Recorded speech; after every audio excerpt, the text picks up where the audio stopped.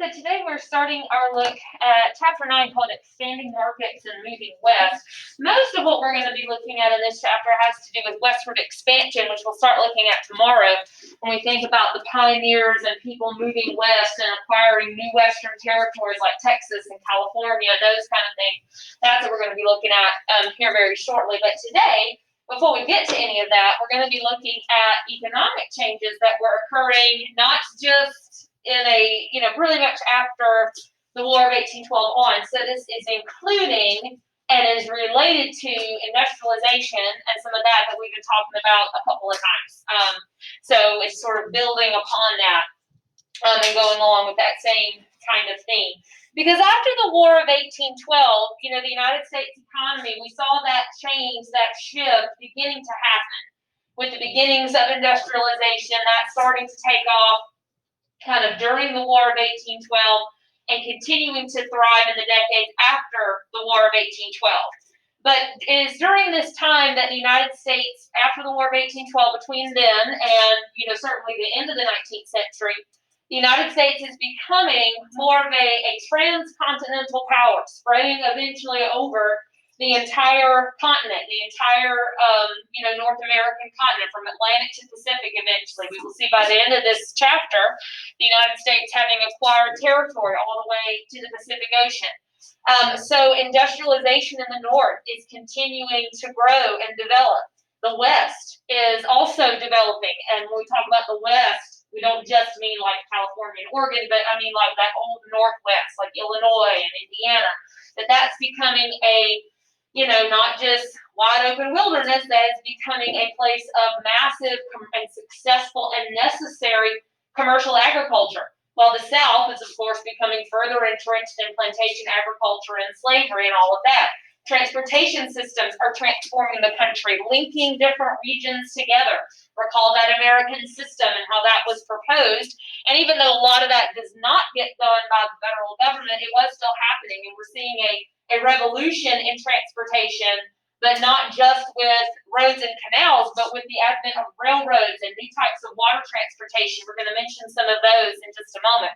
So overall, throughout in this early half of the 19th century, the old kind of 18th century version of a United States economy that was based on small farms and based on local economies, and most things kind of were bought or sold locally, with the exception of a handful of things, that is growing and maturing very quickly. The United States is growing out of that model very, very quickly into a much larger national marketplace, a national economy that is not, so much locally based, but that has connections even throughout the world. The United States being more connected to world markets and importing goods overseas and things like that.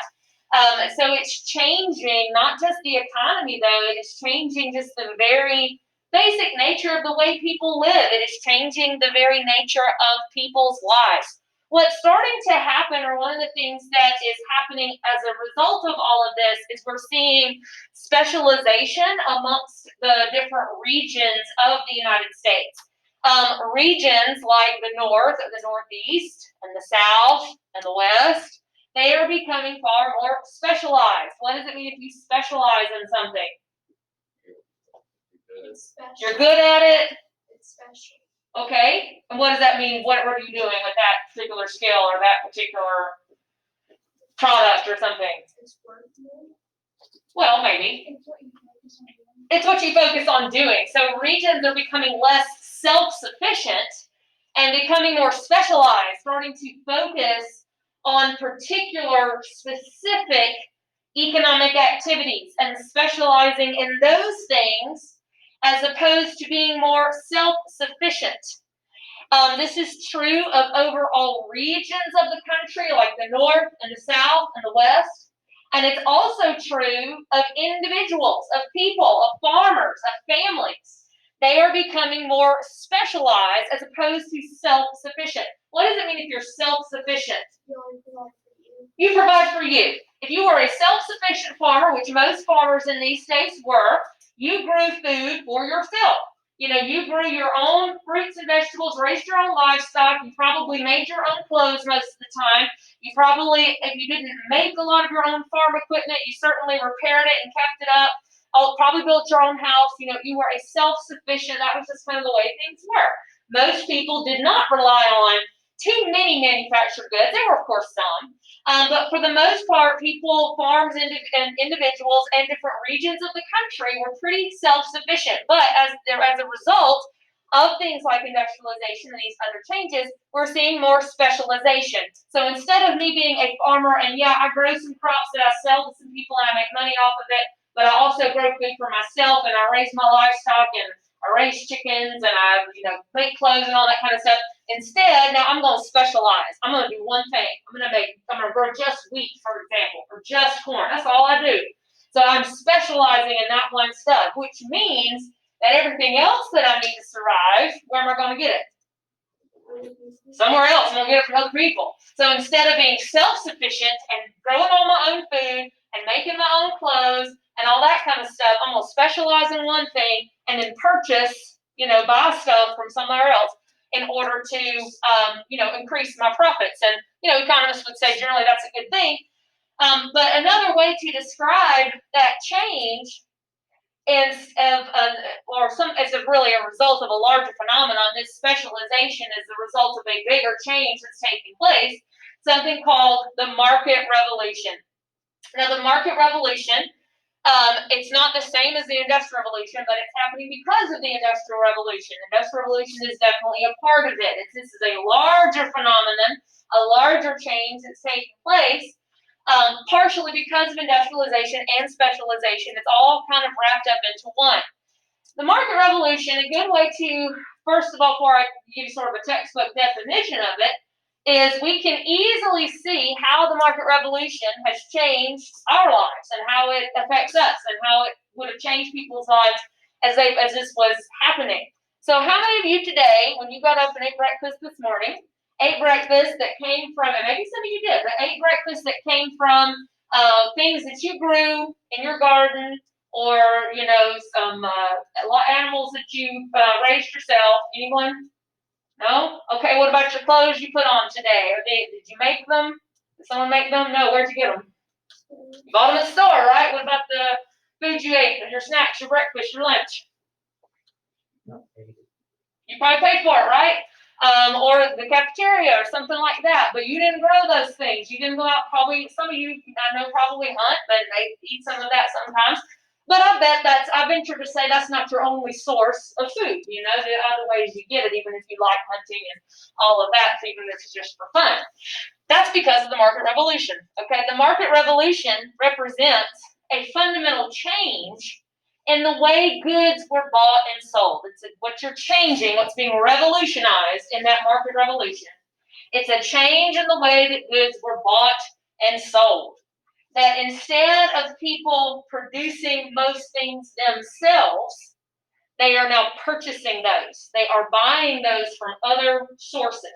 So purchasing their clothes and their food products and other kind of things like that from somewhere else instead of making it themselves. A market economy that relies on consumer spending, that relies on people buying stuff.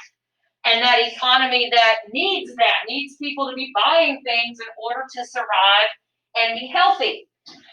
So that's the market revolution. We didn't make all the stuff we're using. We probably didn't sew all our backpacks together. We went and bought it somewhere else. That's because of the market revolution. And that's happening because of industrialization and specialization. There are these products to buy. There's more money to be made in specializing in the one thing that you're real good at, and buying the stuff that you need everywhere else. And that's leading to bigger profits. That's leading to businesses. And as economists would tell you, that means people get more stuff that they want. We're able to trade for more things. And in the end, everybody gets more stuff. Everybody gets more of the things that they want.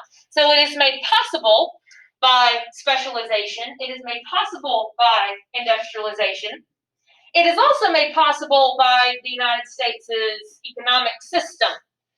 Capitalism. And this is just kind of a general term that we just kind of need to know. It's just kind of one of those things like democracy that we just need to know what that means. because you'll hear it all the time. It's one of those things that a lot of the time you will hear, and we kind of know what it means, but we're not real sure, and we can't really articulate sometimes exactly what that means when we say the United States is a capitalist nation, or that our economy is based on capitalism. So it's not necessarily part of the market revolution. It's certainly one of the reasons why the market revolution happens, but it's just something we need to know to understand how the United States economy works. Capitalism means that the means of production, property, businesses, resources, all the stuff we use to make stuff, that those factors of production, all those resources, are privately owned. And it is individuals who own those things. It's individuals who make those decisions about what they're going to make, what they're going to produce, and how they're going to do it, and what businesses they're going to open, and how much they're going to produce, and who they're going to sell it to. All those decisions are made by individual people and by individual businesses and individual firms. In other words, those decisions are not made by who? By the government, okay? So they're not government owned. Okay, the opposite of this, in more of a command economy, or more familiar term might be like a communist system, where those things are owned by the government, and the government decides this is what we're going to make, and this is who's going to do it, and you're going to make this many, where it's all centrally controlled. Capitalism means that those decisions are made by individuals or individual firms, individual households, things like that, without much government interference. Now, in a pure capitalistic society, you would have no government intervention at all. The United States is not pure capitalist because there is government regulation. There are rules and ways that the government does get involved to an extent. But for the most part, you have private property, private business ownership. All of that's an example of capitalism. And the benefit to that, the way or what that means, or how that's kind of related to the market revolution, is because in a capitalist system, since all of that is owned by individuals, that provides an incentive, because that means that people can profit off of their decisions. They can profit off of their ideas. We can profit off of our inventions. Economists would argue that capitalism motivates, advancement. It motivates new ideas. It motivates making things better. It motivates new inventions, new businesses, and all that. People are motivated to do those things, to innovate, and to try something new, and to make a new product, and to take risks, even if that means taking a risk on a product or an idea or a business that eventually fails. But we're motivated to do that because we know there's potential reward in that. There's potential benefit, and we can make profit. In a command market system, you wouldn't really have that. So it is that capitalist system and this, motivation for people that I can do something, I can invest, I can take my idea and make something out of it and possibly get really rich, maybe make lots of money. That enforces or that reinforces a lot of these new inventions to happen. So because of capitalism and industrialization and all of this stuff, we're seeing this economic revolution, a change in the way that goods are bought and sold, and also just a technological revolution, all kinds of new things being invented. And it's all kind of a cycle. These things are being invented partially because the market revolution is happening, and there's all kinds of innovation, and there's all kinds of capital and money out there for people to invest. And it's also kind of leading to more of the market revolution. So it's all kind of related to each other. So let's talk about what some of these new inventions were. New ideas, new technologies, things that won't sound new to us, things that will be old and outdated to us now, but of course things that revolutionized a lot of things and encouraged the market revolution even further because of what these new inventions were able to do. A lot of them had to do with communication, new communication inventions, like the telegraph, which is what this little thing right here looks kind of like a funny stapler or a hole puncher or something. What did the telegraph do? Yeah, this is a way to send messages over long distances. Morse code, someone would tap this little thing right here with little, they call them dashes and dots, but it's like a shorter punch versus a longer one. and all that represents letters, and then put it together into words.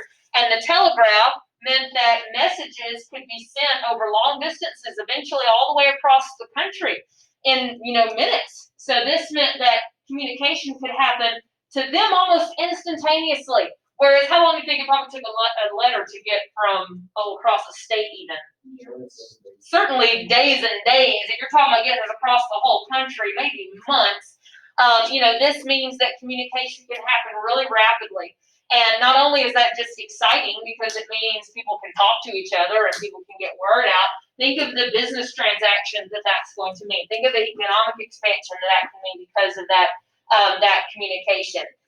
We also, just other things, not just communication, but, sanitation systems and sewer systems and gas lighting and things, we talked about urbanization a while ago, things that are making those cities illuminated and, kind of nicer places to be. They're still pretty, disgusting by our standards, but there is more of that to kind of increase the standard of living for a lot of people, indoor plumbing, stuff like that are kind of improving the quality of life for a lot of folks. So some of them are sort of basic consumer inventions.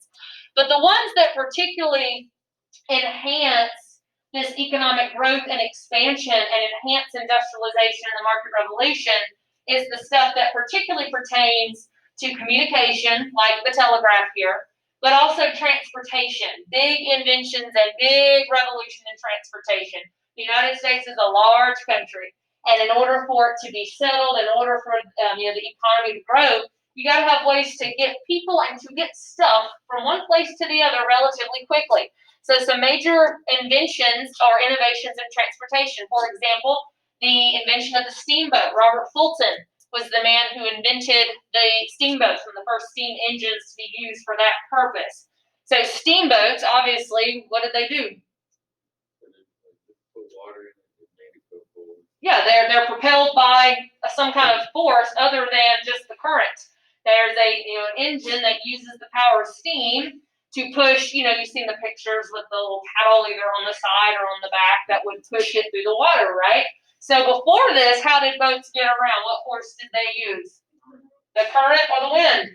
So all you could do was, put your goods on a barge and float them down the river, which of course could take months. Steamboats meant that boats could move on their own power, so they could go a lot faster, but also they could go upstream and downstream. Before you had to go with the current, didn't you? So if you wanted to turn around and go the other way, you're probably out of luck. And so this meant that they could go against the current. They are far more useful. They're far faster and more efficient. So that means that water transportation that may have taken months can now maybe take a couple of weeks or even a couple of days. And not only is that exciting just for people, of we can go on a riverboat cruise or something, think about all of the goods that can now be transported. Think about in those northern cities, they're producing goods in those factories. Now, with these the advent of better transportation, they can get those goods out to the west, out to wherever more quickly. All these farmers out in the west that are growing all these crops, now they can get those crops where they need to go more quickly because of the water transportation. And this is one of the reasons why you see so much canal building in this time. But probably the biggest new idea and innovation that transforms everything is the railroads. The railroads are going to be probably one of the biggest, or have one of the biggest impacts on the economy, on westward expansion, and more so even in the later 19th century. You'll look at the railroads some more after or in 11th grade. But the railroads, they're invented originally around the 1830s, but it takes till about the 1840s or so for them to really become sort of mainstream. Because if you can imagine, the first ones that they developed as early as the 1830s didn't, they were, I guess it was, a novel idea, but they weren't as fast as they'll eventually get. The first ones really weren't all that fast at all. In fact, one of the very first ones, to prove that it was faster, they did a race with a horse. And the horse, wasn't exactly all that far behind the thing. So it wasn't going incredibly fast. But once they get that technology perfected, or not perfected, but better, railroads just transform everything. What do you think were the advantages to railroads once they got this technology a little bit more suitable? Transportation. Way faster. Railroads were way faster. Now, of course, they didn't go near as fast as, some things today.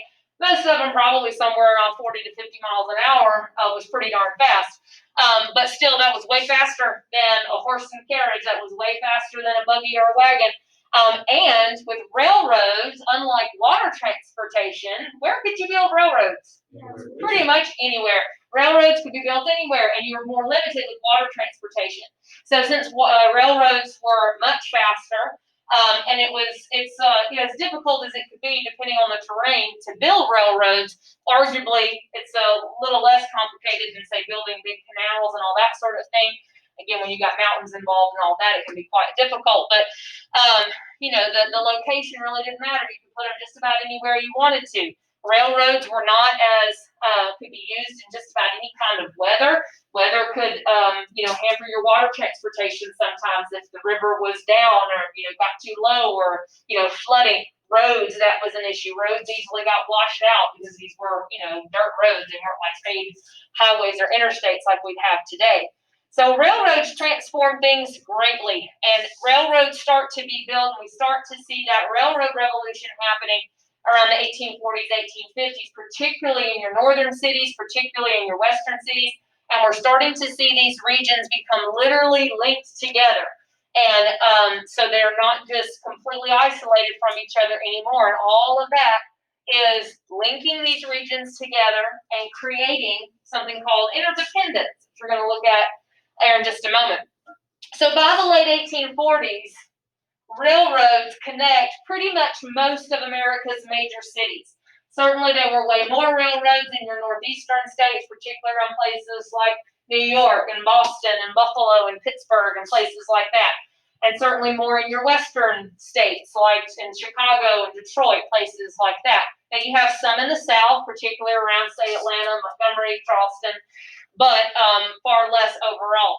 But what that's doing, what all this is doing is creating a even greater distinction between different regions. Let me go back a second. Different regions of the country. Let's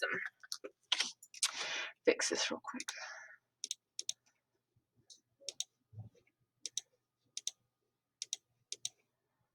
There we go. Nope, that didn't do it. But it should. Well, nope, I'll just do it like this. I'll just talk about each one of them individually, so I'll tell you when I'm on the next one. Okay, so as all this is going on, regions of the country are becoming more what we call interdependent. Now, when you look at that word interdependent, sometimes we look at that and we go, oh, somebody misspelled independent. But interdependent's a little bit different. It's a little bit of independence and a little bit not. These regions, independent, of course, means they're kind of by themselves. So they do their own thing. They are still very distinctive, and they have their own unique characteristics, and there are some ways in which they kind of do their own thing, their own stuff, have their own personality. But interdependent means they also depend on each other. They still need each other, and they are related to each other. Okay, so regions are becoming less isolated from each other and more interconnected than they once were. They are more dependent and rely on each other for other things than they were before. And that's all happening because of the market revolution, because of all these changes that are taking place. So we're going to look again at each of these major regions and talk about some of their characteristics, but also how they were interdependent, how they were still related to or needed some of the other regions, and how they were being changed and transformed because of all this, starting with the South. Now we know, and we've talked about for months now, the South overwhelmingly based on what? On agriculture. Okay, that's been the case ever since the colonial period. The South is still based almost entirely on plantation agriculture. What do they use as their labor system? For the most part, slavery. And slavery actually expands in this period. Because starting in the, we'll say about 1800 or so, that is the point where the South starts to rely more on cotton production. When we've talked about Southern agriculture up until now, You know, like in the colonial period, we talked about how the South, their main cash crops were things like tobacco and such. And I mentioned that they weren't really growing cotton because it was not profitable. What was it, and I did put it up here because most people know this by now, but you do need to know it, so make sure you do. What was it that made cotton production profitable? Well, yes, but I mean the process, the cotton gin. The cotton gin changes that. Most of you probably know that. Make sure you do. Cotton gin. Who invented the cotton gin, or gets credit for it anyway? He didn't actually invent it. Eli Whitney. He got the trademark, but Eli Whitney credited with inventing the cotton gin, this nifty little machine that pulled the cotton seeds away from the cotton fibers. That was why cotton was not really grown. It took so long to pick all the little seeds out that you could do that all day long and mess with it all day, and at the end of the day, you just have a little tiny bit left to show for it. Not enough to really make any money off of.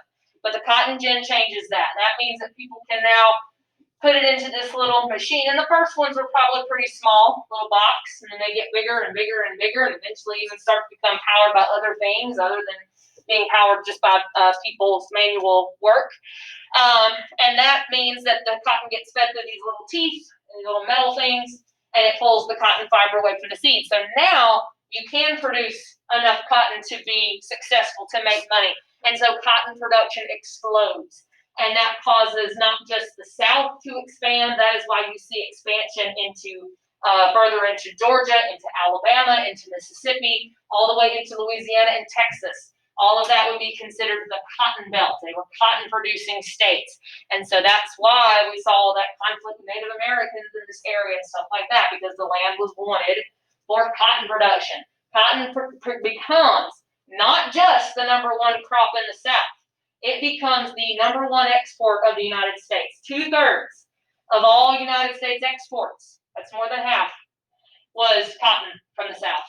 So it was not just crucial to the South's economy, it was crucial to the country's economy. And that's related, a while back, or a couple days ago, we talked about how a lot of people were nervous about abolition and so forth. I don't have anything. Because they didn't want the South's economy to collapse, and that's why, that's 2/3 of their exports. So even with all the industrialization that was taking place in the North, that did not hold a candle to what the United States was exporting as far as cotton production. And if cotton production in the South is going to be expanding, what's going to expand right along with it? In the South. Slavery. So that's why slavery, quadruples in this period. There was a belief amongst a lot of people prior to the invention of the cotton gin that slavery would eventually die out. People really truly believed, and statistics may have even supported, that slavery was kind of going to be phased out over time, that eventually as the country expanded, it just wasn't going to be used and all of that. But that's certainly not the case anymore after the cotton gin. And slavery increases tremendously as a result of the invention of the cotton gin. But even though the South is becoming further and further entrenched in slavery, how did they still need some of these other regions? Well, the South does still produce most of its own food, so they're not importing too much food, but some of it, yes. But what other region here do you think they really needed? No. Well, any other kind of manufactured goods, not so much food, but any other kind of manufactured products, whether that's other farm equipment, whether that's clothes, whether that's shoes, medicine, all that kind of stuff is manufactured. They're going to have to get that from somewhere, so they rely on those things. But what about the North? How else do they need the North besides just manufactured products? What does the North do? What does the North make? Okay, what do they need to do that? Cotton. So you see the relationship there? So they need, even though they don't like industrialization, they don't want industrialization, they have a need for it, because that is a market for their cotton. It's not their biggest market because most of it gets shipped overseas. Britain is their bigger customer than a lot of northern factories are, but you see interdependence. They have their own quirks and their own way of doing things, their own personality and stuff that's important to them, but they still needed, stuff from these other regions. There's connections there. Now the North, of course, what is the North starting to become more and more based on? economically. Industrialization. We know that the North is becoming more and more industrialized. Now, not near as industrialized as it's eventually going to be, but it's becoming more urban. It is becoming more businesses, more towns and cities, more factories. Again, not much as much as it will be eventually. But if they're doing that, what are they going to need? They need cotton from the South, so they're related to the South in that way. What else? Food, okay? They're not growing a whole lot of their own food. They haven't really ever grown tons of it because a lot of the North just wasn't well suited for that kind of agriculture. So they're dependent mostly actually on the West for that. And the West is not just a market for their industrial goods, but it is also a lot of the food products that the West produce go to those northern towns and cities where they are mostly factories and all of that. So once again, they have their kind of own economic agenda, but they are dependent on particularly agricultural products. They import those agricultural products, and they also are exporting a lot of their manufactured goods to the other regions. Now, the Midwest, I've put Midwest here as opposed to West, because by this point, when you say West, you could maybe be talking about like California and such. So Midwest, we mean like Ohio, Illinois, Indiana, that old Northwest that we talked about. And eventually maybe, getting a little bit past the Mississippi River, depending on exactly when you're talking about. The Midwest is mostly agricultural. It is agricultural, kind of like the South, but a lot not like the South. It is agricultural. A lot of farmers, mostly smaller farmers, but it's very different than Southern agriculture. It is not a system of plantations like you see in the South. There is, of course, no slavery. In fact, these are areas, the first ones, in which there was never slavery, ever. Slavery had never been allowed in those territories where that was part of that Northwest Ordinance from a long time ago. So the crops that they grow are different. How they grow them is different. And the main crops in the Midwest were things like wheat. Wheat was the main one. That's kind of there, just like cotton was to the South. Wheat was that, to some extent corn, but mostly wheat, to the Midwest. Grains and so forth. But you're talking about free labor as opposed to slave labor. Usually small farms, although they are getting bigger in this time. That always had been kind of the character and the personality of the West, the Midwest, was that we want small farms, we want land to be affordable for the average person to come make a living, all that kind of stuff. But that is changing. They are becoming a lot larger, and they're becoming, like we said, more specialized. Instead of that farmer growing his crops and growing his food and raising his animals and making all this stuff, those farms are getting bigger. They're getting more specialized. I'm just going to grow wheat, and therefore they're becoming more dependent on other stuff, okay? So how are they dependent on, say, the North? Okay, they need manufactured goods. All those manufactured goods, the tools that they use on their farms, and Western farmers use more of that, the clothes that they wear, any of those kind of basic necessities, they rely on the North for that, to provide them with those kind of manufactured goods. The North is also a big market for the agricultural products that they are growing. They're not growing all that wheat so they can eat it. They're growing it so they can export it. And, well, I say export, but, mean going to the North.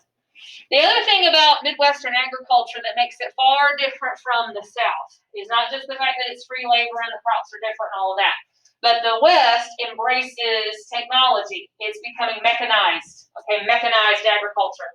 So just like the North is using mechanization for the making of manufactured products, the Midwest is embracing a mechanized agriculture.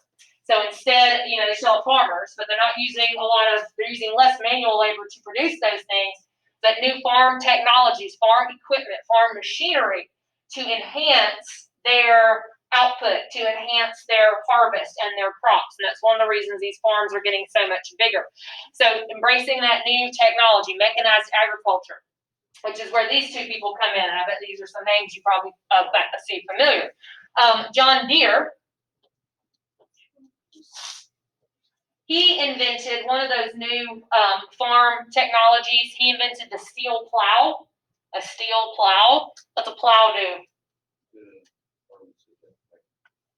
Brings up the, turns up the dirt, right, and makes the little, I don't know what you call that exact word for them, the little rows to plant the crops in, you know, furrows maybe, is that the word?